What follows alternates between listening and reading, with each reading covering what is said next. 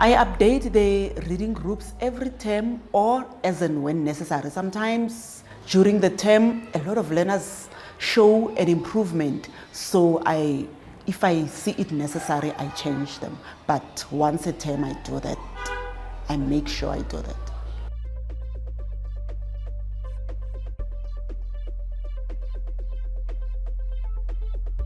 I think it's the kids that came up with the name of the soccer clubs. There's a story that we read about football, and we had a very nice discussion about soccer clubs, overseas soccer clubs and local soccer clubs. So that's how it came about.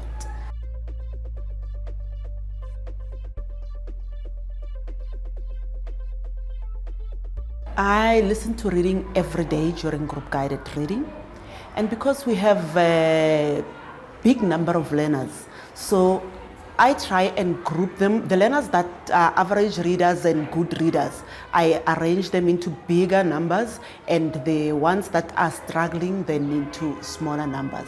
And then in that way, I'm able to listen to all of them at least once a week. I have a lot of weak readers, maybe 10 to 15, and then I make a point of listening to them more than once in a week. With my weak readers, I have them in my list with group guided reading. I listen to them during group guided reading. I also make an arrangement to listen to them early in the morning and also at the end of the day. I normally listen to 4 learners or 5 learners at a time, so that I'm able to assist them. Group guided reading does require some careful management.